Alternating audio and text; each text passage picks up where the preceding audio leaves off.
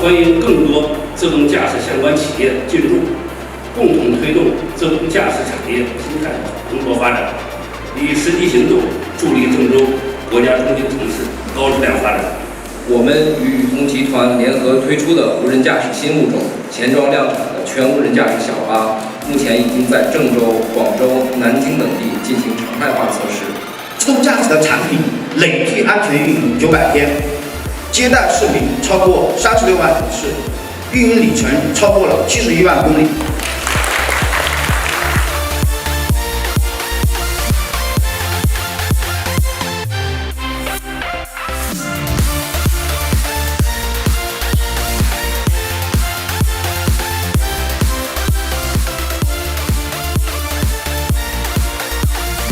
祝贺中原科技城智能出行自动驾驶摆开微公交、